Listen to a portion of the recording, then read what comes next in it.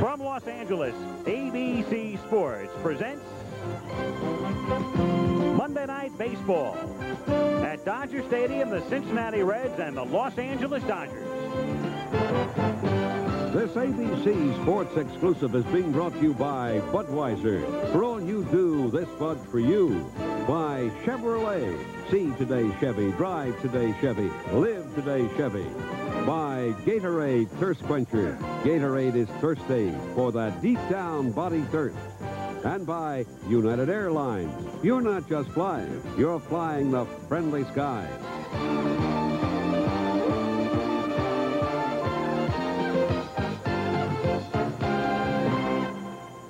Hi again, everyone. I'm Al Michaels. Welcome to Los Angeles. It's 100 degrees at 5 o'clock in the late afternoon, and the Reds and Pete Rose are about as hot as the weather. This very proud franchise had reached the depths in 1982. The Reds that year lost more than 100 games for the first time ever, finished last. In 1983, they finished last, and the fans stopped coming to Riverfront Stadium. Last year, wallowing around again, and then the brilliant move made by Bob Hausum at that time to bring Pete Rose back, not only as a player, and it's well known that, barring injury, he will eclipse Ty Cobb's mark this year for most career hits, but brought him back as a manager as well. And all of a sudden, the fans are back. Interest is back in Cincinnati. Rose is on his way to eclipsing Cobb's mark and maybe leading his team to a pennant, because right now the Reds are only 4 games back. They're in front of the Dodgers, who trail San Diego by 5. Let me turn now to Jim Palmer, and let's talk about the Los Angeles Dodgers. 5 games back, and what you think in terms of their future with 3 months remaining in the season. Can they win it? Well, I guess they can. They seem very optimistic. We came in here a month ago. They weren't catching the ball. They weren't hitting very well. They're still not hitting, with the exception of Pedro Guerrero, 15 home runs in 1 month in June. But the one constant the Dodgers have is their pitching. It's going to keep them in ball game. It's done it all year. They're, I think, last in extra base hits in the National League, so they are used to playing the one-run games. They're used to winning the close ball games, and they've tightened up their defense. So they're very optimistic. They think they have a chance to win, and they're hoping a guy like Mike Marshall, who's on the disabled list, will come back and be able to give them some extra power. He won't be back for another 10 or 15 days. Generally, it's felt this division is not as strong as the East. What do you think? Well, I think the dominant team in the National League is the San Diego Padres, but what they've done is not be able to pull away. And you have 2 teams that we're going to see tonight, both Cincinnati and the Dodgers. Cincinnati only 3 back in the loss column, the Dodgers only 4, that think that they can win. And San Diego really hasn't been able to pull away, and they've allowed them to have that sense of optimism. Of note this week in baseball, the trade of Alan Wiggins from San Diego to Baltimore. Many of you know the story. Wiggins, drug-troubled, had been suspended by the Padres earlier this season. Ballard Smith, the president of the San Diego club, said he would never again play for San Diego. Lived up to that word. He is right now playing at Rochester, will rejoin the Orioles shortly. And earlier, Howard Cosell talked to Oriole owner Edward Bennett Williams. Bringing Wiggins back probably this Thursday for the start of the Kansas City series. Public pressure, as you know, will be utterly enormous. Why? Because Wiggins was refused by Ballard Smith, San Diego owner, a place on the San Diego team. What are you going to say in the face of what the public press has already said? Well, I don't plan to answer what the press has said. I don't even know really what they've said, Howard. But I believe that the boy deserves another chance. I spent a lot of time with him. We did a very deep analysis of his case. We had experts look at it. I think it's a risk, but it's a risk we're willing to take. I've spent all my professional life believing in the redemption of the human spirit and reformation and in the revolution of character, and I intend to take that risk with Alan Wiggins. In the meantime, I think it would be a very sad thing if we excluded him from baseball. I think you have to look at it as though you had a member of your own family who had this problem. You certainly wouldn't rule him or her out of your family. You'd keep the light in the window and hope that it turned out well, and that's what I'm hoping here. How does this square with Commissioner Ubrot's mandatory drug testing procedure desire? Will you mandatorily, or will he submit mandatorily to drug tests? Yes, he has said he will, and I don't think there's anything inconsistent. I think that what we're doing is perfectly consistent with the drug rehabilitation program that's part of the collective bargaining agreement between the players and the owners. Well, more pressure will come upon you because I talk to you now from Dodger Stadium, as you know, and Steve Howe has been placed on the restricted list, he having vanished for slightly more than a day. No statement about him that would indicate that he's had a relapse, nor do I judge that he has had. But what about the additional public pressure from the Howe case? Well, I think that's unfortunate. I hope to goodness that he hasn't had a relapse. I hope that his absence is explainable by reasons other than a relationship to drugs or narcotics. But if it is explainable that way, then it's very regrettable. That won't deter us from placing confidence in Alan Wiggins' rehabilitation. We're going to cast that vote of confidence. We're going to give it to him. I think he will deserve it. I'm satisfied that he's learned his lesson. I'm satisfied that he realizes that he made a bad mistake. I'll have to agree with you in the implications from your questions. I can't understand how, in the name of reason, a professional athlete who's blessed with a great body can tamper with narcotics and take the risk of destroying it. I agree wholeheartedly with the implication of your questions. Thank you very much, Ed. I've got to cut it off. Maybe the day will come when you'll once again see your team beat the Yankees. Thank you. Well, Meanwhile, at Dodger Stadium tonight, there's your pitching matchup. Jay Tibbs in his second year with the Reds, and Oral Hershiser, 7-2 for L.A. Batting order for the Cincinnati Reds. Gary Reedus leading off. Eddie Milner batting second. In the third spot, the player-manager, Pete Rose. Having a terrific year. Batting fourth, Dave Parker. Then Alan Nicely, the catcher. After him, Dave Concepcion, veteran shortstop. Then Wayne Krenchicki with sudden power at third base. Ron Oster at second base. And finally, Jay Tibbs, the pitcher. Al? Interesting little thing going on the field right now in the meeting at the plate. The Dodgers have called up Dennis Powell. He has just walked out of your picture. You can see Bill Russell, and Powell is trotting back to the dugout. But with Steve Howe on the restricted list, they call the kid up from Albuquerque, and Lasorda sent him out with a lineup card just to get introduced to those men. Lanny Harris back of the plate, Bob Engel at first base, Jim Quick at second, and Paul Runge, the umpire, at third. They tell us it reached 106 downtown today. Very low humidity, and you've been hearing and reading about the fires they've been having in Southern California, and that is one of the reasons. Very little breeze right now as the Dodgers now take the field before this late arriving crowd at Dodger Stadium.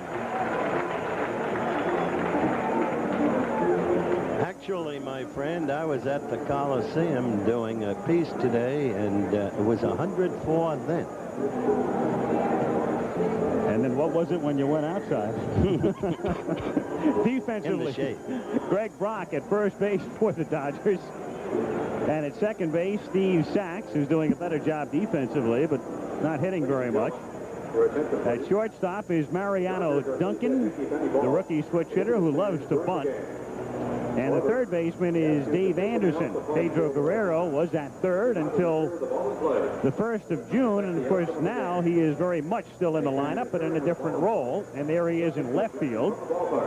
That's Guerrero in left. And Ken Landreau is the center fielder. Number 44. And around and right for the Dodgers is R.J. Reynolds. Mike Marshall is on the disabled list. He had an appendectomy and won't be back until after the All-Star break. Mike Scioscia does the catching, and it's more than a platoon situation, though Steve Yeager does see some action against lefties. It's Scioscia in about 80% of the time. And Oral Hershiser is on the mound. On our first Monday night game this season, you might remember he worked against the New York Mets in a game that wound up a 12-inning affair. And earlier, Dodger manager Tommy Lasorda talked about this brilliant young pitcher. Outstanding ability. He has one of the finest sinker balls in the game today. Tremendous curveball. When you watch him pitch, if you see guys hitting balls on the ground, you know he's pitching a strong game. If they start getting the ball in the air, he's raising the sinker ball, doesn't allow it to have any sink to it, and he gets hit fairly hard. He's going to be one of the premier pitchers in baseball. Scores this afternoon. There's Montreal's victory over St. Louis in a day game. In 10 innings, Lucas beats Horton, McGee, and Dawson with home runs. Andre hitting number 10. So Montreal over the Cardinals in the first game of that big series. Atlanta defeated San Francisco. The Giants have now dropped 11 of 12 with Zane Smith beating Kruko. And Suter, who gave up Guerrero's homer yesterday, getting the save. The Yankees knocked off Toronto back at Joe Cowley. Righetti saving it. Mattingly a home run. 4-1 over the Jays. So here we go at Dodger Stadium now in the late afternoon with Gary Redus to lead off for the Reds. Redus, Milner, and Rose. Redus, in his third season with the club, has tremendous speed. Pete Rose thinks outside of Vince Coleman, he could develop into the premier base fielder in the National League, and he rips it down the line and left just foul, 0-1. There's a perfect example of what Tommy Lasorda said. Started him out with a sinker that didn't sink. Redus, an excellent fastball hitter. The type of guy, and it seems like about 6 weeks ago, Pete Rose said, let's copy the Cardinals. They have two guys, Vince Coleman and Willie McGee, getting on for Tommy Herr and Jack Clark. Let's put Redus, who was sitting on the bench, let's put him in left field and start him, and Eddie Miller after, and get him on for Rose and Parker. And they've been scoring a lot of runs, second in the National League. And the Reds have won 5 of their last 6 as he looks at a strike, and the count is 0-2. When spring training started, Rose decided his outfield would be Cesar Cedeno in left, Eric Davis in center, and Dave Parker in right. Well, Cedeno's being platooned, and Davis is in the minors, and Redus has just struck out. So Gary is gone on 3 pitches. 1 out in the first inning, and Eddie Milner will be coming up. Center fielder. Looks like a sinker right down the middle of the plate, 93-mile-per-hour sinker, so you get an idea of the velocity that Orel Hershiser has. Tough time to see, Al. This is, if you're a pitcher, you want to be out there. Light standard is just about covering the pitcher's mound. Twilight. Hard to pick up the spin on the ball. And even though it's just about the longest time of year, maybe 10 days past the longest day, it's going to get tougher, too. At least the entire field right now bathed in sunshine as it's hit down to Brock, who is able to juggle and still recover to throw over to Hershiser for the out. So they keep Redus and Milner off the base paths, and Pete Rose, 38 from a tie and 39 from eclipsing Ty Cobb, comes up. You know, there's a way to win at this ballpark. Hit the ball down. That little dirt spot in front of that dirt area in front of home plate, you can play ping pong off that if one remembers the 1981 World Series. Drove the Yankees crazy, the Dodgers did. Well, George Frazier lost 3 games throwing his sinker. They just hit those high hoppers. Took advantage. Pete Rose getting more cheers than boos as he comes to the plate, taking low. And, of course, in his 40s now, there is a certain sense of appreciation that did not exist a few years back. Rose grounds it to the right side, and Brock is there to handle this one. So 2 plays go into the books 3-1 after the strikeout of Redus. And after a half, it's the Reds nothing. And the Dodgers coming up.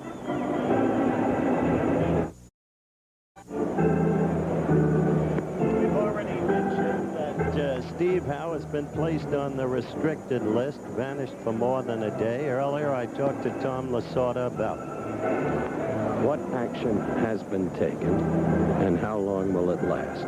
Well, as of now, he has been put on the restricted list. How long he will remain on that list is something that I don't know, and the ball club will come out with a decision on whether he's to remain on the restricted list or what's going to happen to Steve. Is any inference to be drawn that he has returned to either drugs or alcohol? Well, this is something we can't say right now, but certainly we're all in awe at what has happened. We don't know why this young man hasn't shown up. We don't know why he hasn't come to the ballpark. For what reason? No one knows. We up till the other day, Howard, he's been doing great. I spent a lot of time with him on the road. We eat dinner. He's been doing great. Now we don't know what has happened. At third base, Joe Malfitano. And as we said earlier, the Dodgers have called up for the moment Dennis Powell. to replace Howe in the bullpen. Anderson, Duncan, and Landreau with Guerrero, Brock, and Reynolds. Then Socha, Sachs, and Hershiser for the Dodgers. Against Jay Tibbs, 4-9, missing outside to Anderson. Kind of looks like a mismatch when you look at Jay Tibbs 4-9 against Hershiser 7-2, but Tibbs has a lot of ability. One of his problems is getting behind the hitters, and an illustration right there, starting off 2 balls, no strike. Has all the pitches, had a great rookie year, 6-2 last year, but has been struggling as of late. He also missed his last turn. He was supposed to pitch last week against the Giants. He was running in Riverfront Stadium the other day, sprained his ankle. So he's on the mound for the first time in 10 days. In there for a strike, and the count is 3-1. Anderson hitting in the leadoff spot. They have dropped Sachs. They've flip-flopped the two, and Anderson draws the walk. Well, you don't want to walk a guy to lead off the game who's hitting 195, but Tibbs did. Number 25. What Pete told me, Jim, was that Mariano Duncan. Tibbs' greatest talent is that his velocity fools the hitter, that it comes in much more swiftly than the hitter views it as coming in. Well, he's very deceptive, and as Pete also said, he's one of these gifted young pitchers that come to the major leagues, being able to change speeds, has the good arm, which you indicated, with a fastball right around 90 miles per hour, but when he gets behind, he can change speeds, throw his curveball, his slider, and his changeup.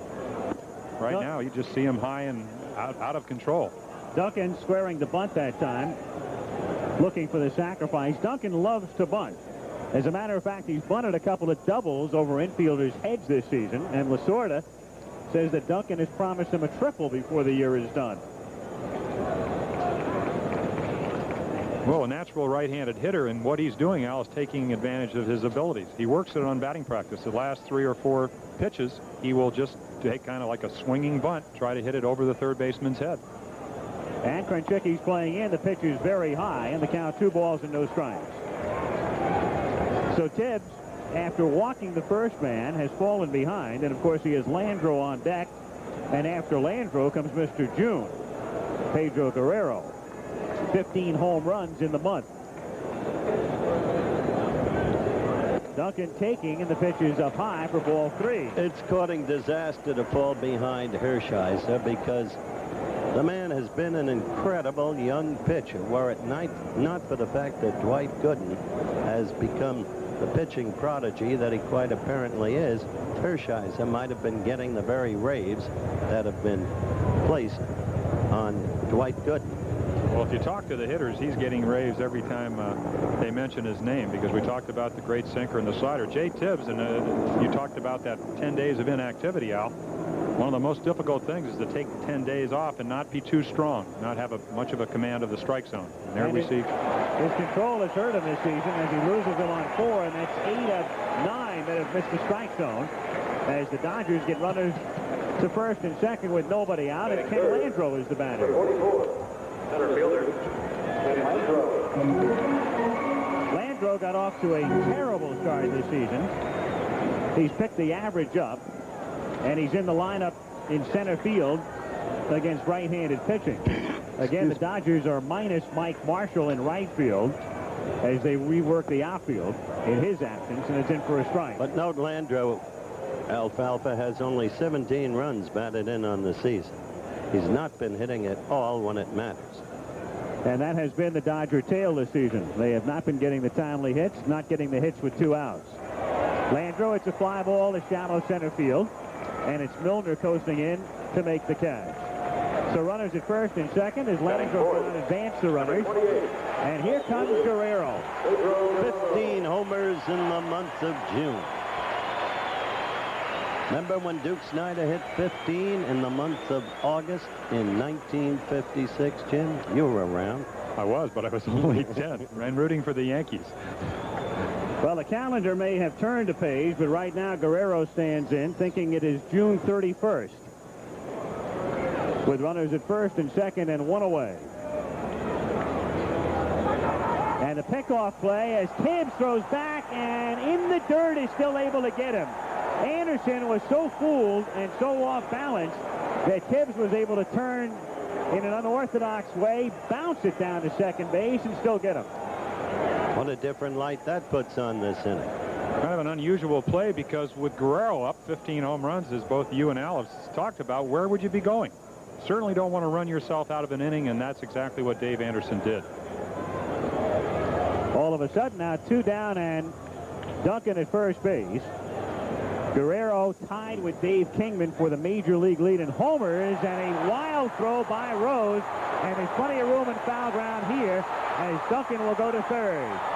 And at Dodger Stadium, when you throw wild to first, chances are the runner will wind up at third base.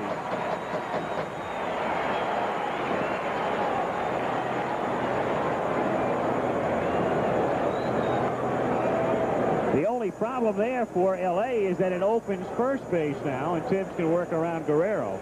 Well, I talked to Pedro about that. I said, it's obviously they haven't pitched around you that much. You hit 15 home runs, but Greg Brock, who bats next, said that they've walked Guerrero twice intentionally to get to him. He's come up with 2 hits. Again, you have to make a decision. So many have said he's begun to hit when Lasorda took him off third and put him in the outfield. So I started a needle Tom about that. Finish the story in a minute. And it gets by the catcher nicely, and Duncan comes in to score.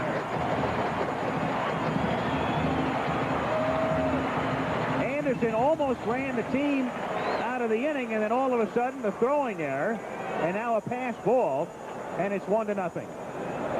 You talked about that deceptive fastball, threw it right by Nicely. Of course, Nicely has only been catching for about 4 or 5 years. Probably his best position would be third base or possibly first base. He played first very well.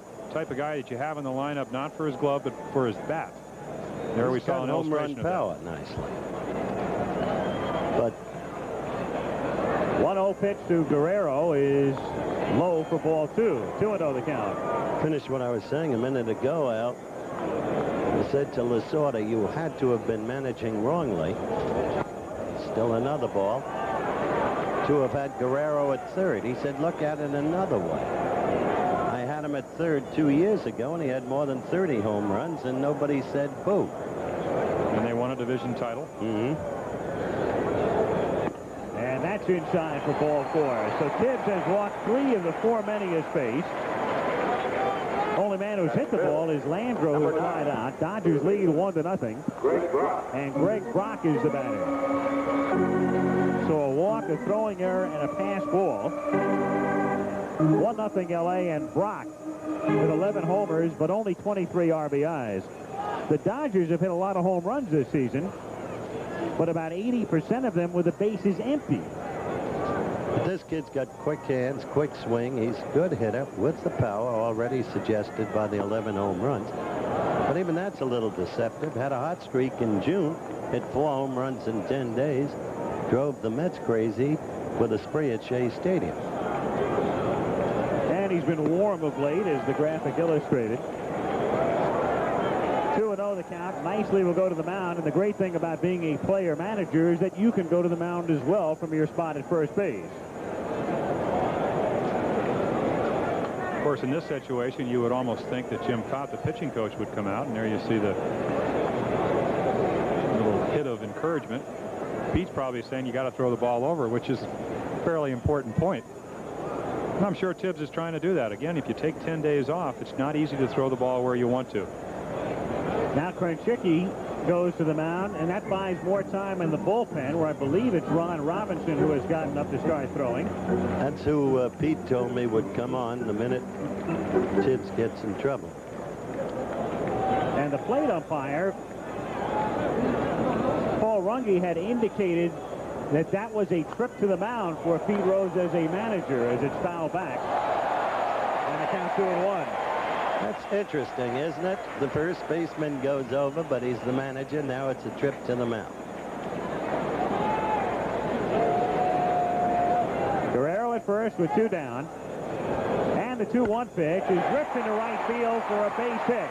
Dave Parker up with the ball as Guerrero goes to third. Runners at first and third with 2 down. 1-0 Dodgers, and R.J. Reynolds, the switch hitter, will come up. Well, you get behind the hitters and you have to come in. Like we said, Brock's been on a hot streak, gets a fastball down and in, which is where he likes the ball, and drills it to right field. And And he doesn't have a cheapie up at the plate. Reynolds has been the Dodgers' best hitter with runners in scoring position, .316 average in that regard, and pretty good out in the outfield. He's played all 3 outfield positions this year.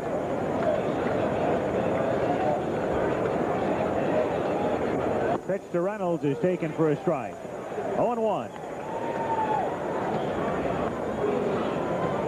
Here it is, the 1st of July. These two teams play in the same division. They have met once this season.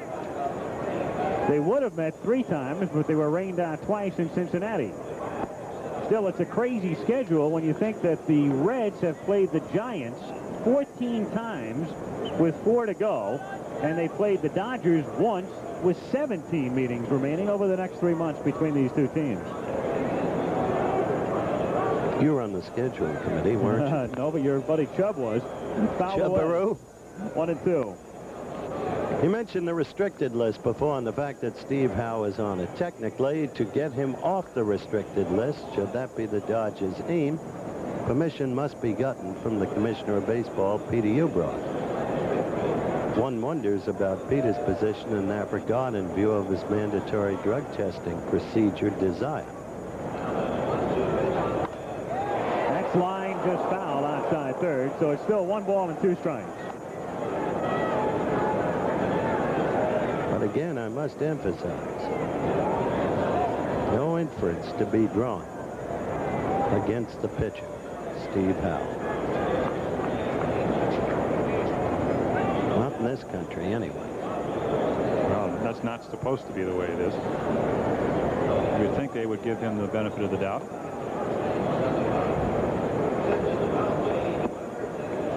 Two balls, 2 strikes, the count.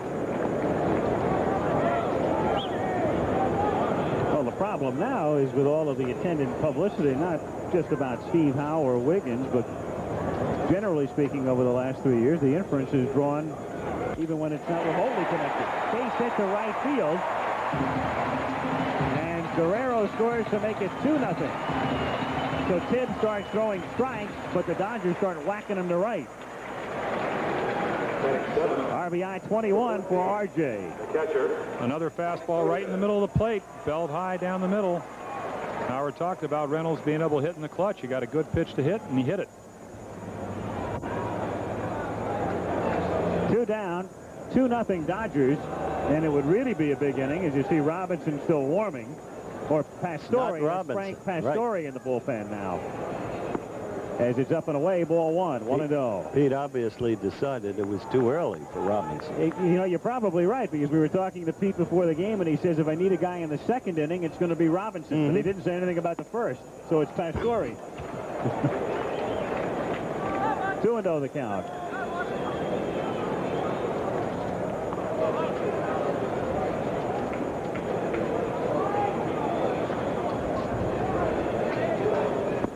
Mike Scioscia looks at a strike and the count 2-1. Brock. Tough ball and player. Reynolds. Scioscia, tough ball player. Well, another Dodger contact hitter. Doesn't hit a whole lot of home runs, 4 or 5 a year, but as Al and I learned when we did. That's chopped toward the middle, and Concepcion has to back up and throw to first, and he gets him. The Dodgers are done here in the 1st inning, but they come up with a couple of runs, 2 hits, lead 2-0, and we'll be back after this message and a word from our local stations. I'm Al Troutwig in New York. This afternoon in Toronto, the Yankees and Blue Jays tied at 1. 2 outs, top of the 8th, and Don Mattingly sends this Doyle Alexander pitch over the right field wall. Yankees go on to win 4-1. Let's go back to Al Michaels in Los Angeles.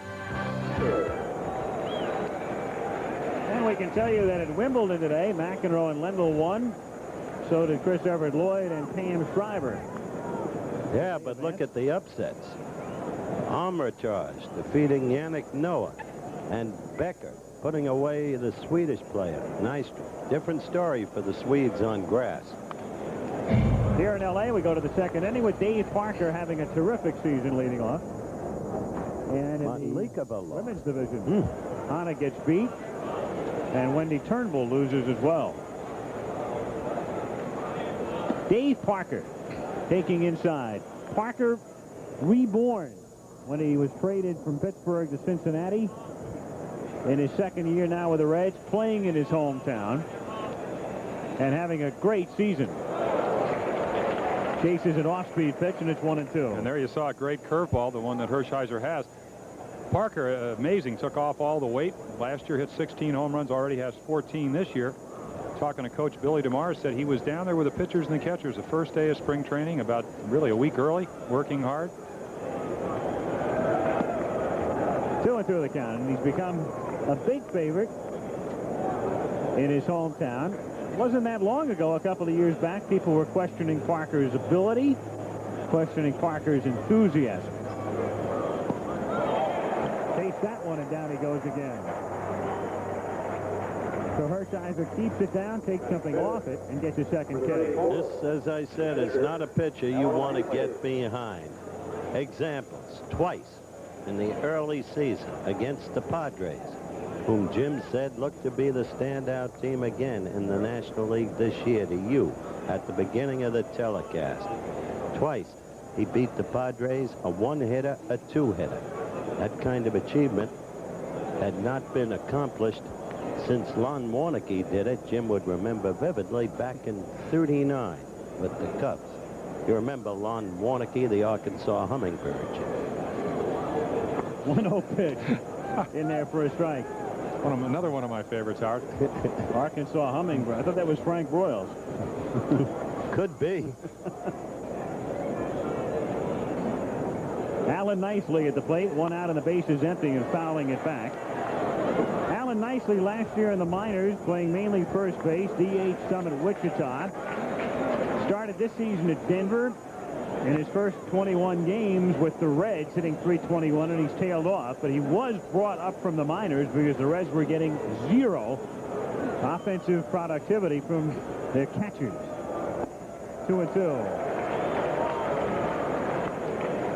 That was 93 miles per hour. This is a very well-spoken young man, Hershiser. 2-2 pitch. Breaking ball, low, ball 3. Full count. Very literate, carries his success thus far in his career very, very well. Well, he's had 35 starts and 7 shutouts, so that means every 5 times he pitches a shutout. Rather good pitching. The first game, we saw him make an excellent play over his head. He also hit a double to aid his cause. And that's called strike 3 on the inside corner. Lanny Harris to the disbelief of Nicely, and Hershiser has rung up 3 strikeouts. See for yourself. Nicely thinks the ball's inside, and it might have been, but again, a good fastball is one that moves. That ball ran about 6 inches. Might have even fooled the umpire. 3 strikeouts, 2 groundouts, and the 5 putouts thus far. Concepcion, aging now, but still efficient. In his 16th season, takes a strike. One of those few players now who has made a career of playing with one club, top to bottom, as did Johnny Bench. A strike. Key home run for Dave. Al in the All-Star game we did in Montreal a few years back. 1982, he not only hit the home run, but as it turned out in a low-scoring affair, wound up winning the MVP award because of it. 2 out, bases empty, Dodgers on top 2-0. Concepcion was having major offensive problems early this season and started muttering about retiring. He wasn't all that serious, but it got a lot of publicity. Fouled away, and it's still 0-2. And last year wanted to be traded. He was playing a little bit of third base, wasn't the regular shortstop. It seemed when Pete Rose came over, of course, he had seen Concepcion play at his best, put him back at shortstop, and the results kind of speak for themselves. Not only playing well in the field, but also with the bat. 1 ball, 2 strikes. That C on his jersey on the left shoulder denotes captain. He was named the captain of the team, of course, before Rose came back to manage. So Pete still bestows that title upon him, but there's little doubt who the leader of this club is, on and off the field. And he hits him right in the C. So Concepcion becomes the Reds' first base runner with 2 out in the second inning. Dave looked at Hershiser once when he was hit, and another time walking down the line, but obviously no intentional hit there. Last thing in the world he won. Well, unless you're a batter, you have no idea how that hurts. Where you want to pitch Concepcion is up and in, but not that far up and not that far in. This kid is not without interest. He played 6 years in the Orioles system, accumulating only 91 Major League at-bats during that time. Traded to the Reds in '82, played a little more than a year with the Reds. They traded him to Detroit, and he comes back here, and he's hitting home runs now. Wayne Krunchicki, he's platooning at the moment with Nick Esaski. And Krunchicki's been hot. He's 11 for his last 24, and in good measure, very much responsible for the Reds winning 5 of their last 6. In the air to left center field, where Landreau and Guerrero come together, and it's Kenny making the catch to retire the side. At the end of 1.5, it's LA 2, Cincinnati nothing. Jay Tibbs, Reds pitcher, gave up 2 runs in the first inning. Let's see if he can settle down. Rose characterized. And batting 8, number 3, second baseman, Steve Sachs. And it was a mechanic problem. And now he's back on beams. So he throws the ball a lot harder than you think. He's not a very big stature type guy, but he throws the ball real hard. He's got a good slider, and he's got a good changeup. And hopefully he'll throw strikes tonight and pitch a real good ball game, because I think he surprises a lot hitter with the velocity he does have on the ball. And he's a very confident kid. He's a good kid. He knows what his capabilities are, and we just try to get him to stay within himself. He had a lot of trouble throwing strikes in the first inning, walking 3, giving up 2 runs. And here the count, 1 ball and 1 strike on Steve Sachs. Tibbs in the first inning threw 29 pitches, 18 of them for balls. Steve Sachs struggling along, 229. They dropped him from 1 to 8 as the Dodgers continue to get very little productivity from the infield. 2-1. Well, if Steve could throw the ball instead of hit it, he's made it clear nobody can catch whatever he throws. 2-1 pitch is high. Well, at least he's remedied that problem, which plagued him a couple of years back. His fielding much improved. But all of a sudden, Sachs, who was in the lineup in the past for his bat, is now in for his glove more than anything else. 3-2 the count. What the Dodgers really need, though, is another infielder, and they've been looking. Probably to play third. 3-2 pitch is popped up, and it's Rose with Oster. And the second baseman makes the catch. Perfect example right there that Stacks swung at a ball out of the strike zone. If he takes that pitch, he goes down to first base. Well, that's what we got next week, Jimbo. Where you going to be? I want to be in Cincinnati. Where you going to be? I'm going to be in Cincinnati. Where are you going to be? I'm going to be in Cincinnati. All right. And the other game is Milwaukee against California. And that Angel game, for those of you in Southern California with tickets, will start 15 minutes earlier than is printed on the stub. Cincinnati has become not only a hotly contending team, but one of the most interesting teams and cities in baseball. They've got a lady owner named Maud Schott, who is at once effusive, tough-minded, absolutely dedicated. She is terrific. 1-1 pitch is taken low, ball 2, 2-1. She does a commercial on television in Cincinnati that is really funny. She has this big St. Bernard dog that she loves named Shotzi. And she does the commercial with Pete Rose. And Pete, as we look at another called strike, ends the commercial, Alfalfa, by leaning over, patting Shotzi, and saying, "Can Shotzi hit?" 2-2 pitch to Hershiser is fouled away. Well, she took over the majority ownership of the team last year. Bob Howsam was still the president up until, I think, in fact, today was the first official day of Bob's retirement, even though he was honored at Cincinnati in a recent ceremony. But Bill Burgish is the general manager as it's hit foul down the right field line. But there's little doubt that Marge Schott is relying in good measure on the man who plays first base for her ball club. There is no question. She has a very deep-seated affection for Pete Rose, for his personality, for his drive, for everything that has made him one of baseball's all-time respected figures. Tibbs asking the plate umpire Harris where it was as he goes 3-2 now on Hershiser. So with one out and the bases empty, the 3-2 pitch to his opposite number is lifted in the air to shallow center field. And Milner takes care of it for out number 2. And to the top of the order, and Dave Anderson. Don't underrate either, Al. Bill Burgish as a baseball man. He's been around a lot of years. Like Bob Howsam, a disciple of the late Branch Rickey. And when Maude Schott went to George Steinbrenner to ask about Burgish, A, his availability, B, his knowledgeability, George said there is no question that this man knows the business inside out, particularly great at player evaluation, but make sure that he's tough enough. Anderson, the batter, taking low in the count, 1 ball and no strikes. 2 out, bases empty. Dodgers on top 2-0 in the bottom of the 2nd inning. Anderson drills it to deep left field, sending Reedus to the track and gone. Homer number 3 for the Dodger third baseman.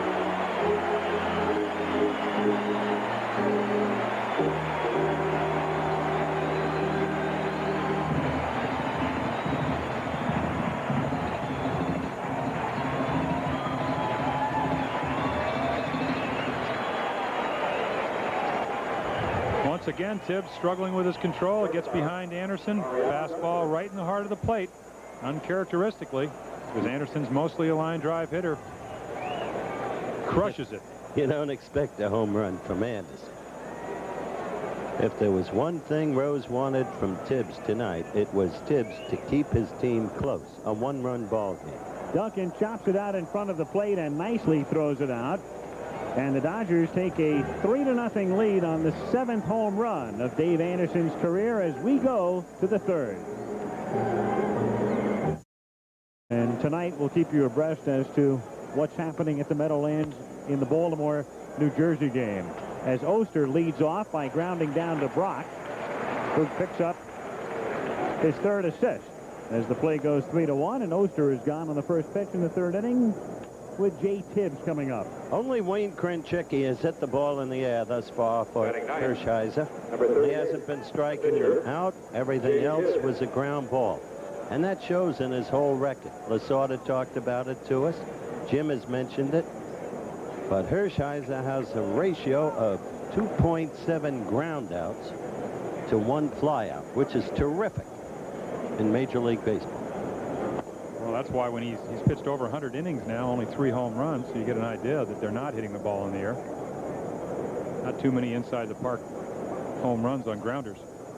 1-0 pitch is a little chopper to the left side. Hershiser fields and throws him out, so another ground out as Hershiser, a good fielding pitcher, takes care of that one. If Hershiser doesn't get the ground outs, he's not going to beat you, because the other night in San Diego he got it up.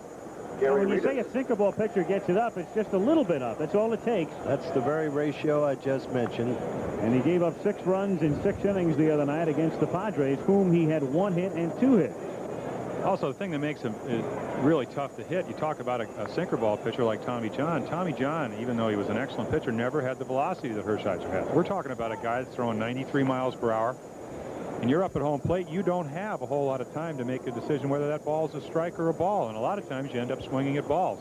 Makes it even easier to get the ground ball. Now the fleet Reedus, who has Anderson playing even with a bag at 3rd, hits it in the air to left field. Guerrero goes back and has a play on the track to retire the side. 3 hitless innings for Hershiser, and after 2.5, it's still 3-0 Dodgers. The great Guerrero on deck. The figures reflect the June he had. Here is Tom Lasorda talking about that month. Howard, he has been unbelievable is right. Awesome is the word I use. I haven't seen anybody put on a demonstration of hitting like that in all the years I've been in the major leagues. And he's just put his name in the record books with some pretty good people like Babe Ruth and Duke Snyder and those kind of guys. I tell you, he's really carried this ball club. It's something that we needed so very, very much. And, buddy, I'll tell you one thing. He is tough to get out right now. And he'll follow Landreau, who leads off in the 3rd. Dodgers on top 3-0 as they seek their 3rd consecutive win. Landreau flied out in the 1st, batting .239. Start to play today. Padres on top. Reds 4 back, Dodgers 5 back. So L.A. could move into a tie for 2nd with a victory. We talked in the pregame about that I think the Dodgers could win. Kenny Landreau right here is the type of guy that Tommy Lasorda has used in the third role, third batting slot almost all year. For them to win, he's going to have to get hot. Popped up, and Concepcion is there to make the play. Not only get hot, Jim, the funny thing about Landreau, he could be out of the lineup when Marshall comes back. Definitely Marshall in right, Guerrero in either center or left, and the other spot, you've got Landreau, you've got Al Oliver, whom he wants to get in, you've got R.J. Reynolds as well. You know what's interesting? Doesn't seem that long ago that Landreau had that tremendous hitting streak, consecutive game hitting 34 streak. games. That's right. 31 games. Excuse me. Foul back by Guerrero. Guerrero hitting that 15th home run in his last at-bat. If you did not read about it yesterday, he won the game in the 8th inning, came up with a man on, and hit it off Bruce Sutter. And that, by the way, snapped despite his blazing month, what had been at that point an 0-for-14 streak. Well, he talked about that. We talked last week when we were in New York. Don Baylor, one of the great, and there's a good breaking ball from Tibbs. Really the first good one he's thrown all night. He talked about the great streak hitters. Another look at the curveball. Guerrero kind of fishing for it. Pitcher's pitch. I saw Reggie Jackson when he played for the Orioles in '76. I think hit 8 home runs in 9 days. And what happens is you take yourself out of the hot streak by expanding the strike zone. And Guerrero's strike zone that time was not big enough as he goes down on a pitch from Tibbs, recording his first strikeout with 2 down in the 3rd. It's particularly tough now, as you can see the shadow line extending between the mound and the plate.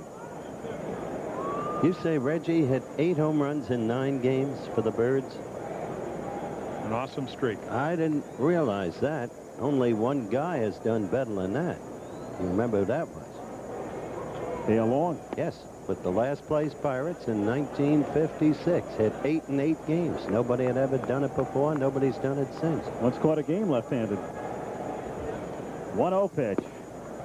In for a strike. That was a Rickey experiment that died. American League scores. Yanks won. Seattle, Chicago tied. Detroit leading Baltimore. Gibson and Evans homered. Here in L.A., it is now 95 degrees, so it has cooled off. It got up to 106. And you see, excuse me, Al, you see the Angels leading the Rangers. Boston, Milwaukee, early stages, as are the other 2 games. 1 ball, 2 strikes to count on Greg Brock. And that's fouled over toward the Cincy dugout. So still 1-2 on the Dodger first baseman, the man who had to fill Garvey's shoes a couple of years back after a sensational minor league career. He has just not gotten there yet. He can get hot. He can help you. He can help carry you for a few days, but the consistency has been lacking to this point in his career. Hit down to Oster, and Tibbs appears to have settled down now as he's retired 7 of the first of the last 8, and we go to the 4th with L.A. ahead 3-0. I'm Al Trautwig in New York. At Memorial Stadium, the awesome power of Kirk Gibson once again on display. His 17th in the 3rd to give the Tigers a 4-0 lead. Larry Herndon has another to make it 5-0 in the 4th. Back to Al Michaels in Los Angeles. And here at Dodger Stadium, we go to the 4th inning. Dodgers on top by a score of 3-0. Reds still looking for their first hit, and Eddie Milner to lead off in the 4th. Rose and Parker to follow. Eddie Milner running up to bunt and taking low and inside, ball 1. That's tough for Earl. He just thought he was getting his pitching untracked. Mike Boddicker with a shutout yesterday in Fenway. Something not very easy to do. But Boston getting shut out 3 times at home this week. Hit in the air to center field, and Landreau makes the catch. 1 away, and Pete Rose comes to the plate, having grounded out in the 1st inning. Well, at least they're hitting flies now. Pete Rose. Reedus hit 1. Milner hit 1. Funny thing, you walk into the Reds clubhouse. For years, we've been walking into the manager's office. In various clubhouses, and the manager should sit there with a pot belly and a lot of tobacco stains on his shirt. This guy, of course, has 2 batting gloves and a helmet. Well, we talked to him, what, for 15 minutes? Did he ever put the bat down? Did he ever stop swinging? Never. I've known Pete for a long time, and I've never seen him without the bat in the clubhouse. Wayne Krenchecki was talking about his game-winning single yesterday afternoon in San Diego. He said it was similar situations. You couldn't see the ball. Goose Scotchy's on the mound. He steps up, 2 strikes, single to left field to win the ball game. Utterly amazing. Talking about leading by example. The 44-year-old wonder with a count 1-1 takes low for ball 2. By the way, if you're wondering if this will be Rose's last year, maybe not. Nope. He's going to get the record, but if he keeps hitting the way he is, he'll be back. He's liable to beat Cobb by a mile before it's over. He told me that today. I said, are you obsessed with this Cobb record thing? He said, no. Going into the year, well, we may get that in. Our producer, Chuck Howard, may find time to get that in, so I'll hold the rest of the story on the premise that he can. 2-1 pitch is hit to left field, and another base hit for Pete Rose, and now 38 to break the record. And the crowd roars its approval. At one point, the fans here were as hard on Pete as they were anywhere in the National League. He turned them around. Well, he's become a contact hitter. That's a pretty good pitch. Just goes right with it. See it fall safely for a base hit. And as is customary, they have thrown the ball out of the game. It is now in the Reds' dugout, and they'll keep each and every one until he passes Cobb. Lasorda really laid it on Rose as the two were bannering before the game. There's Dave Parker having the great season we've already discussed. He said, you know, Pete, I'm the one who said you were going to be in this pennant race this year. Everyone laughed. And Pete said, we're going to win it. Parker swings, and it's a grounder to the right side, fielded by Brox, who goes to Duncan, and not in time to Hershiser. Said we're going to win it. Tom says, no, we're going to win it. You wouldn't do that to me. You'll finish second. You'll be manager of the year, and I'll win everything. I've already been manager of the year. I've got your interests at heart, Pete. And Pete just looked at it.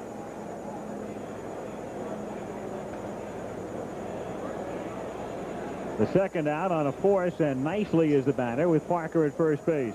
The one thing that is getting lost in the shuffle this year is how good a manager Rose is, because everyone around the country is consumed, if you follow this sport, with his pursuit of Cobb, as Nicely grounds it to the left side, and Anderson goes the short way for the force, and Hershiser quickly disposes of the Reds in the 4th inning. But Rose gets their first hit. It's still 3-0 L.A. This ABC Sports Exclusive is being brought to you by Bud Light. The best has a taste all its own. Satisfying but never filling.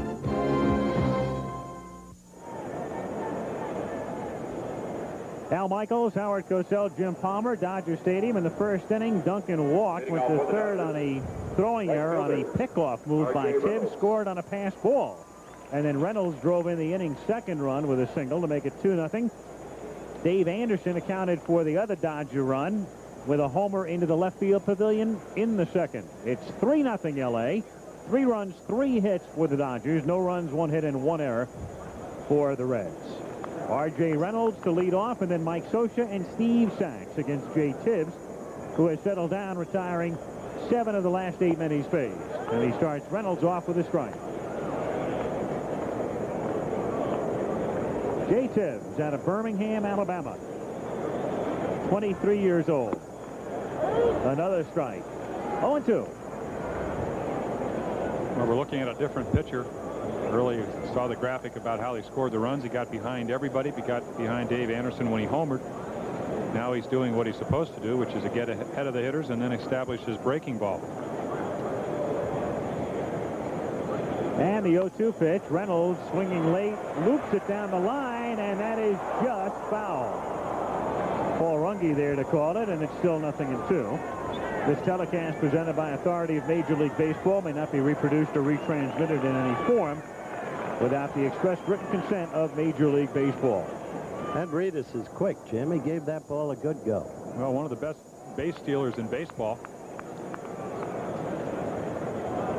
Not known for his defense, but he can go get the ball. Doesn't have an outstanding arm. Interesting thing, I was talking to Jim Cott about the young pitching staff he has here in Cincinnati. There was a perfect example. He said they don't throw the fastball enough when they get ahead of the hitters. Tibbs got 2 strikes on Reynolds and went with a curveball.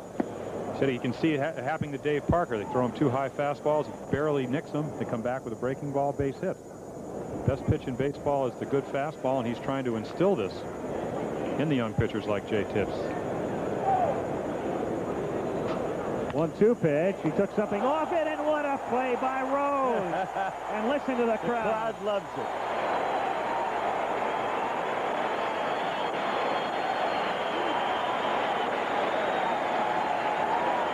Well, you're looking at a guy that's going to be known for about 4,200 hits.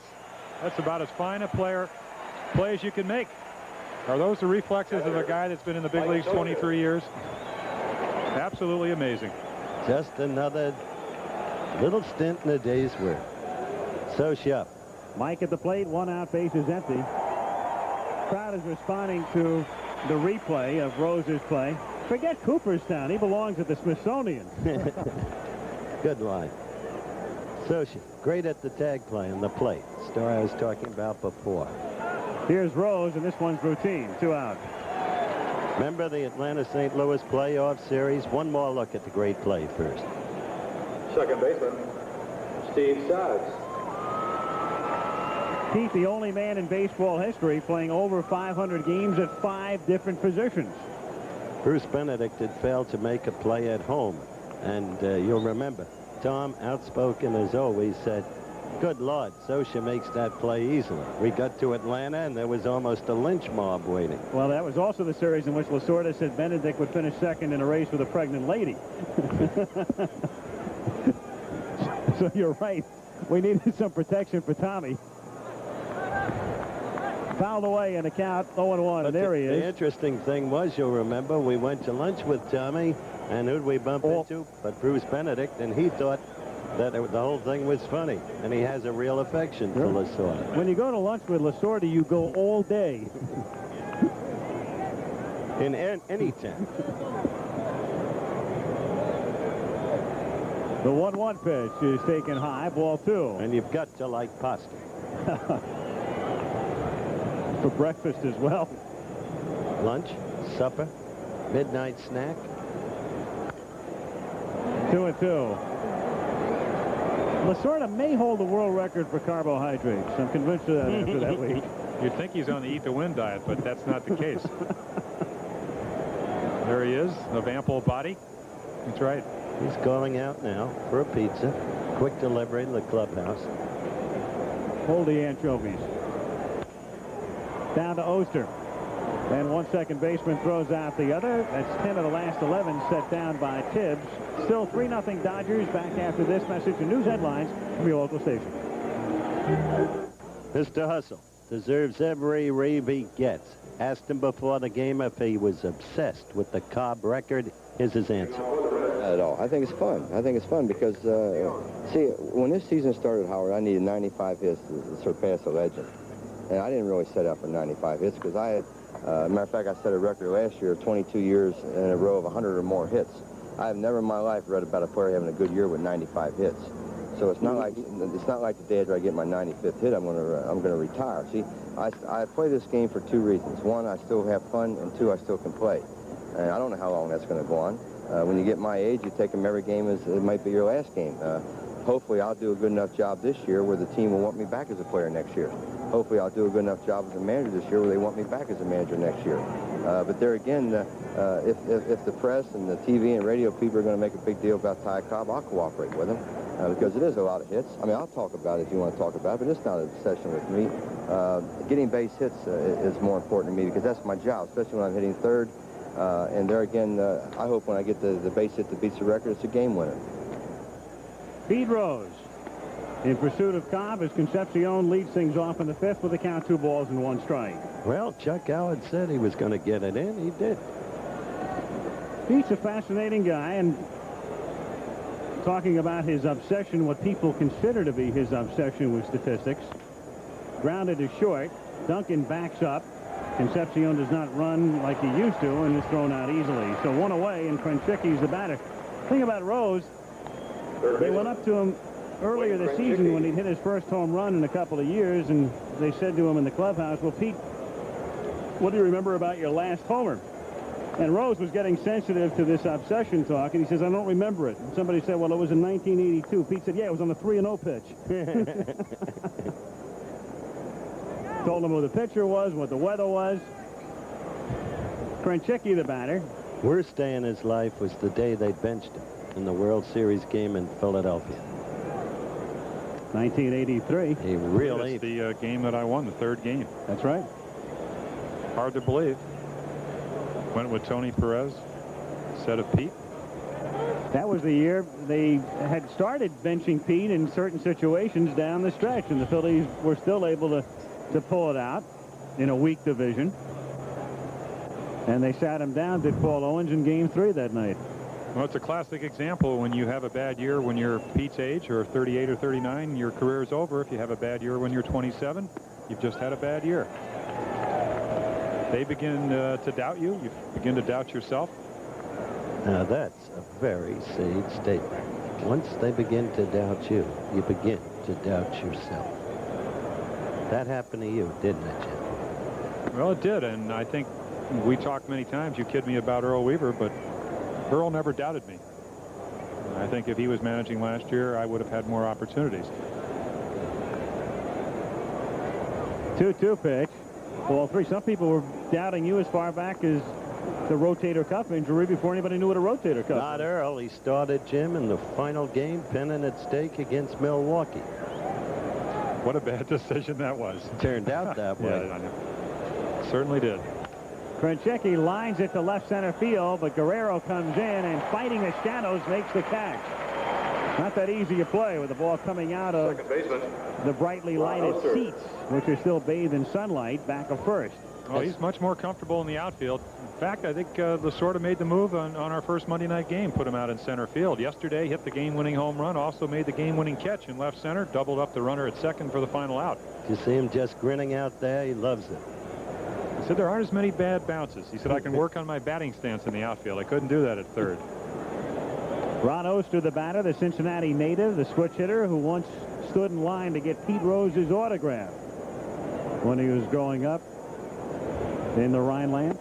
Swinging and missing, and the count 1-1. The Queen City. Queen City, and that's where we will be. And there, a look at the shadows here and how difficult it is for the outfilders at this time. Especially the right fielder, Al. We saw that last time, Danny Heap, when we did the Met game. Tremendous amount of trouble out there. A little bit like Fenway Park, Yankee Stadium, certain times of the year. By the way, that final game against Milwaukee, it was Robin Yount who belted you, wasn't it? Good pitch, low and away, home run down the right field line. Dempsey comes out. He says, let's pitch him inside. I said, do you know how good a hitter he is? I pitch him inside. He hits it over the bullpen in left field. He was just better than I was. Oster flies out to Landreau. And it's still 3-0 Dodgers in the middle of the 5th inning. Al Michaels. All right, thank you, Al. And here in the bottom of the 5th inning, Oral Hershiser is at the plate, and the count is 1-1 He leads off in the 5th. The Dodgers on top 3-0, and pops it up to Krenchicki on the dirt, 1 away. Jay Tibbs started the game by walking 3 of the first 4, committed an error, gave up 2 hits. But since the first inning, counting the final out of the first inning, he has retired 11 of 12. The only blemish created by this man, Dave Anderson, who hit one into the seats in left in the second. Kind of the same pattern that's plagued Jay Tibbs all year. Early in the year, started out pitching very well, not too much support. Tonight, similar situation. Really, the only mistake he really made, other than being wild, was the pitch right here to Dave Anderson. Got behind him in the count.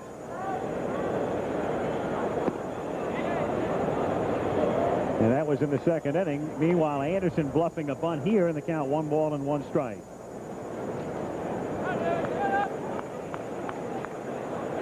Jay Tibbs, another of the Reds' good-looking young pitchers. They appeal at first base and don't get the call. Got a good-looking youngster by the name of Browning, Tom Browning, pitching well. Their bullpen has done a great job. Ted Power is beginning to get some acclaim, and deservedly so. Strike here, 2-2. So the Reds, after losing 100 games a couple of years back and finishing last 2 years in a row and then 5th, are right in the race. 3-2. Little high. We have to give a lot of credit to Jim Cott.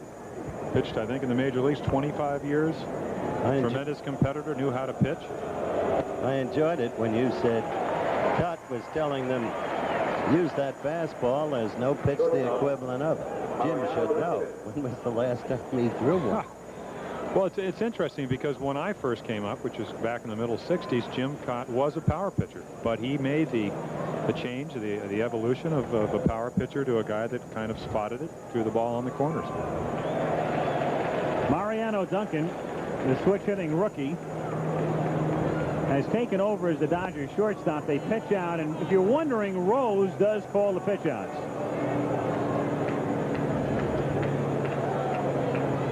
One and 0 the count. So even though Pete is not on the bench, he is still the man who pulls the trigger. Yeah, but to a lesser degree when he's playing than when he is actually not playing and on the bench. You know the role Sugar plays on this team. George Sugar is a longtime Reds coach. And Pete relies on George as an alter ego of sorts as the runner goes, and it's lined into the right field corner. And Parker will chase it down and get a break because it's touched by a fan for a ground rule double. And they will send Anderson back to third. And Anderson, since he was going, would have scored in all likelihood. And that is why LaShort is going to argue with the first base umpire, Bob Engel. The little round man goes. It's the umpire's discretion right here. Now, you be the judge. They're going to call it a double on second and third. Well, he made the wrong call because what the umpire has to make, and the decision he has to make, is if the ball was going to bounce into the stands or was going to go off the wall. And the replay clearly showed the fan reached over. Anderson would have scored easily. Once again, the one hopper looks like the ball is just below the railing. Fan reaches over, ball clearly in the playing field. Now the umpires will huddle. The initial call was runners at second and third, and now the discussion between Lenny Harris, Bob Engel, Jim Quick, and Paul Runge. Let me tell you, if they change the call, Rose will go in. Sure. Look at Pete. Up until a couple of years back, it was automatic. It was a ground rule double, and they are going to allow him to score. Pete had sneaked over to the group now. So Anderson comes in to score to make it 4-0. And Pete, in his heart of hearts, knows it's the right call, but since it's a reversal, it's up to the manager to have his say. Can't believe Duncan hit the ball that hard and that far. Well, it's a situation where Jay Tibbs is a little bit worried about Dave Anderson stealing. Doesn't make a quality pitch. Duncan not known for his ability to pull the ball, especially from the left-handed side. Rose wants to know who made the call and how he came upon it. That's Bob Engel, the first base umpire. Engel, I'm sure, said to him it would not have bounced over the fence. The runner was going. Paul Runge is the third base umpire, and it might have been Runge who cast the deciding vote on the jury, because it is Pete taking up his cause now with Runge at third. Obviously doesn't like the answer that Paul Runge is giving him.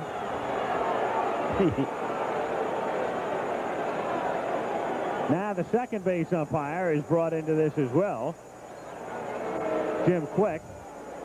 Difficult situation for a manager like Rose. He knows that in many cases a manager can be thrown out, and it might even help his ball club, but in this case, as important as Rose is to the offense, he can't really argue as vigorously. Not only could he be thrown out in a situation like this, think about a retaliation from a pitcher in a brushback sort of situation where the manager goes as well as the pitcher himself. Rose could take himself out of a ball game in that circumstance. Not that that applies right here, just as a point of information. Please note that Dave Parker came in to argue the case, too. Yes, it's a different Dave Parker here in Cincinnati. One more look. Center fielder, Ken Landreau. Clearly, the ball would not have gone over the fence. That's easily established right there. And with Anderson going, little doubt he would have scored. Pete just didn't like the reasoning behind it. In any event, it's 4-0. Runner at second, 1 out, and Landreau, the batter, takes up high, ball 1, 1-0. Kenny has popped out and flied out, hitting .238. Dodgers and Reds, first of a 2-game series, and as we said earlier, only the second meeting this season. Second of 18 on the 1st of July. 2-0. Interesting situation here. When Pete was talking about what he had to do as a manager when he was out on the field, he said a lot of times what George Sugar would do is give him his options. Here, with Tibbs, the first hitter in the inning, would like to have him get out of the inning without wasting a pitcher.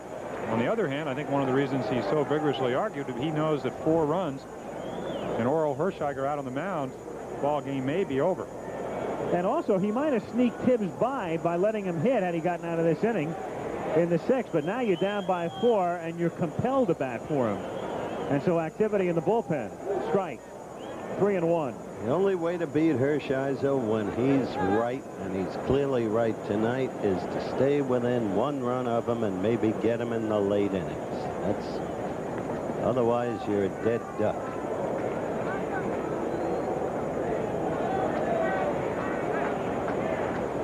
With Guerrero on deck, Concepcion scooting in back of Duncan. 3-1, the count on Landreau. In the bullpen, that's John Stuper and Ron Robinson. Tibbs is due to lead off in the top of the 6th. 3-2, the count. Told you about the Yankee victory. Seattle playing well of late. No score second at Chicago. Tigers lead at Baltimore 5-zip. Rangers lead the first place Angels 7-2 in the 3rd. Milwaukee leading Boston. Oakland, KC, no score. Cleveland leading Ray Miller's Twins in the 3rd. That Milwaukee team is a troublesome team. They've got a lot of people who can hit on that team. Landreau grounds it to the right side. Oster has to take a wicked hop, then throws him out, and the runner goes to 3rd. You could see that hop coming. And at this ballpark, hops like that are commonplace. Left fielder. When you talk to anybody in the Cincinnati ball club, they said the most consistent infielder they have is Ron Oster. Knows it's going to be a bad hop, gets in front of it, keeps the ball in front of him. Not too far to first. The underhand throw for the out. Duncan now at 3rd. Guerrero has walked and struck out, batting .294. Dodgers on top, 4-0 in the 5th inning. Got fooled, little half-swing grounder to Oster, and they get out of the inning. But the Dodgers on a ruling get a run, 1 hit. Leave a man at 3rd. 4-0 L.A. going to the 6th. Back after this from your local station. Ladies and gentlemen. Back at Dodger Stadium in Los Angeles, Al Michaels, Howard Cosell, Jim Palmer. Nice cigar, pal. Nothing like them. Yeah, Palmer and I know every week. Don't be bitter. Oh, no. It's already hot enough up here. Tell me about it. 95 degrees in Los Angeles at the moment. He trouble you? Who? Whom? 4 scores. Montreal over the Cards, Atlanta over the Giants. The Mets red hot at the plate these days, trailing Pittsburgh 1-0. Cubs leading Phils 2-1. Houston, San Diego, latest start. And San Diego leading things in the National League West. Tibbs is out of the game. Max Venable to bat for him as we start the 6th inning. Venable called up last month from Denver. Used to be with the Giants. Utility outfielder, and takes up high, ball 1. Venable, Reedus, and Milner here in the 6th inning. The Reds have only 1 hit. That a 4th inning single by Pete Rose. 2-0. And this is the time if the Reds are going to get back into the game. It's funny how the terminology in baseball. Pete was talking about, what do you call the fastball? Dead red. It used to be the heater, whatever. Now they talk about the table setters. Venable could certainly be one of that, along with Milner and Reedus. Get on there for Rose and Parker. Hershiser has done nothing to hurt himself tonight. Hasn't walked a man. He did hit man, though. Concepcion in the 2nd inning. And he has 3 strikeouts. We got off to a great start when we were here on June 3rd. He was 5-0. 1.70 ERA. Little squibber, and that's foul. And then I was talking to Jerry Royce. I said, what's been his problem? He said he has so much talent that he's trying to even become better. He becomes a little bit too fine. Instead of just throwing that good sinker and the curveball, he's trying to even make it better pitches. And when you're 5-0 with and there we see Jerry Royce sitting next to the old veteran, Bill Russell. I'd like to be as old as Bill Russell. Well, he's only old in terms of baseball. That's a half swing. They appeal, get the call at third. Runge rings him out. So Venable strikes out. That strikeout number 4 in the first and second inning. Venable is out number 1. You judge. Another example of curveball. Gets ahead. Probably doesn't see it too well in the twilight. Can't hold up for strike 3. Now Gary Reedus, the batter, struck out, fly to left. 4 runs, 4 hits for the Dodgers. No runs, 1 hit, and 1 error for the Reds. Really the only well-hit ball has been by Reedus. Got a fastball up in the strike zone. In fact, the first time up just missed a double, hitting a ball a couple inches foul. It's true. And the ball you were referring to before that, Guerrero caught against the fence. This guy is a great pitcher. Purposeful. I repeat, were it not for Dwight Gooden, quite apparently a pitching prodigy, this young man would be getting all the accolades. Half swing and a miss. I think back to what Rose was saying when we were in the clubhouse today, Jim, as well, in terms of the difference in pitchers between when he first came up in the early 70s and now. And he said you had more hard throwers then. Now you've got guys who come in who look like they've been around for 10 years, and Hershiser is a typical example. Well, any count he can throw his curveball. I believe in almost 4,000 innings, I never threw a 3-2 curveball. This guy does it every day. Has a fastball, same kind of velocity that I had up in the 90s.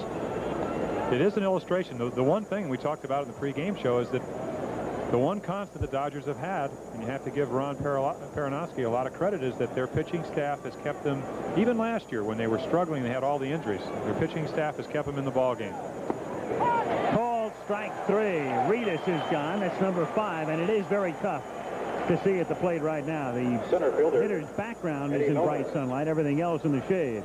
Well, they call this in baseball terminology. It looks like a backdoor curveball, one that doesn't really spin that well. It just kind of hits the inside corner. Now we've got Milner. This game is moving right along. You might get home earlier than you expected, Alfalfa. Now that you've said that, we'll be going to the top of the 19th inning very shortly. Milner takes high, ball 1. This game, I'm afraid. Well, that's what we said 4 weeks ago on a Monday night. Well, the players think the same thing. I remember Cal Ripken Sr., who was the instructional league manager. You'd have a lead, you'd start putting the bats away with maybe 2 outs in the top of the 9th or even the bottom of the 9th, and all of a sudden he would start screaming. You don't do that because the game's not over till the last out, Howard. No, it's never over till it's over. Ball 2, 2-1. I've heard that somewhere. I know. Original phrases.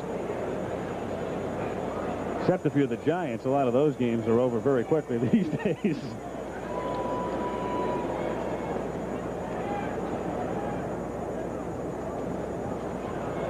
Two and 1 the count.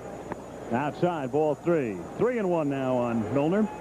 2 out, bases empty. Hershiser has retired 7 straight. And 12 of the last 13. Quickly, we could have a ball game. Milner walks, Rose singles, Parker homers, and it's a 1-run game. And we're ready for the 19-inning game. There's the walk. There's the walk. All you need is a base hit. And the likely candidate for one coming up is Pete Rose. Well, I think the most interesting stat that Pete Rose has is all last season he only walked 40 times. This year he's already walked 38 times. It gives me an indication that I think maybe last year he's a little bit anxious, wouldn't take the walk, was trying to break Ty Cobb's record. This year he knows he's going to have a full year. He knows he's the manager. He can play when he wants to. And because of all those walks, crazily enough, in terms of on-base percentage, he's second in the league to Tommy Herr. You believe the year Herr is having? Well, they've wedged him into a pretty nice little lineup there, haven't they? And This was the only hit of the game for the Reds. Hit the ball where it was pitched. Rose hits it on the ground down to Brock. And they wind up stranding Milner. No runs, no hits, and a man left on. Still just one hit yielded by Hershiser after 5.5. Dodgers 4, Reds nothing. The new pitcher for the Cincinnati Reds is Ron Robinson, who's done well in 13 appearances since his call-up. Unbeaten with a 208 earned run average. Called up on the 14th of May. So the big right-hander facing Greg Brock. R.J. Reynolds, Mike Socha to follow. Bottom of the 6th inning, 4-0 Los Angeles. 1-0. And he is indeed big, 6'4", about 215 pounds. Basically a starting pitcher in the minor leagues. He's been used as intermediate man. Next week we'll be in Cincinnati. Maybe the Mets will have some hits by then. Or Milwaukee against California. 3-0 the count. Ron Robinson, big, 6'4", 215, out of the northern California town of Woodlake. Up with the Reds, part of last year was 1-2. Brock getting the green light, and it's 3-1.